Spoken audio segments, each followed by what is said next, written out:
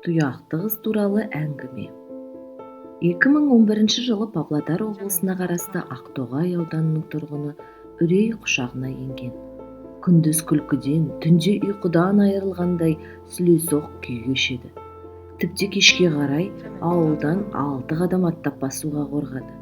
Оған себеп ел арасында Ақтоғай ауданының жиектегі ауылдарында тұяқты қыз пайда болыпты деген сөздің тарауы еді. Яғни сол аймақта адам басты 2 тұяқты кентавр пайда болыпты. Бұл соқыр сенім бе, жоқ әлде самауыр қайнады дегенді Самарқанды су басты деп өсіртіп жіберетін өсекшілдік пе, тылсым күш пе, не екенін ешкім тап басып айта алмайды. Себебі тұяқты қыздың қолынан ұстап шашынан сипап көрген ешкім жоқ. Ауыл айтқыштарының сөзіне құлақ түрсек, қауесеттің шығу тамыры былай өріледі. Түн ортасында Жоламан ауылының қасындағы күре жолда көлігімен келе жатқан жүргізуші қараңғыда жол жиегінде қол көтеріп тұрған қызды көреді.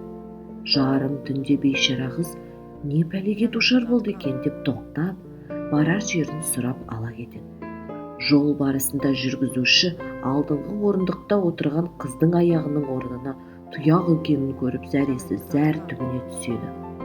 Бақытқа қарай көлігі сөніп қалады, ал қыз итерейін, жіберейін деп ұсыныс айтады.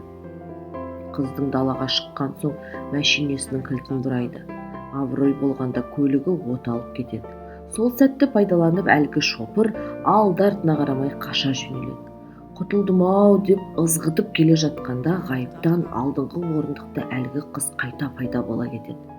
Қорыққаннан тілі күрмеліп отырғанда қыз: «Аға, сіз бара беріңіз, келесі жолы да сізбен барамын» деп табан асты жоқ болады.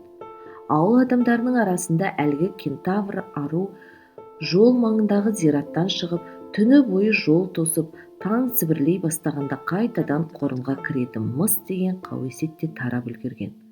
Осыны естіп алған ақтоғайлықтар қазір түн баласы түссе болды, жолға шығуға шошынып қалған. Әрине, түн ішінде тұяқты қыз келіп сәлем беріп тұрса, қорыққаннан жаһаннамға қарай жүре бересің, Құдай сақтасын. Бірақ бұл аңыз ба, жоқ әлде жай сөз бе, мүмкін белгісіз бір тылсым шығар. Тап басып жауабын айтатындар аз.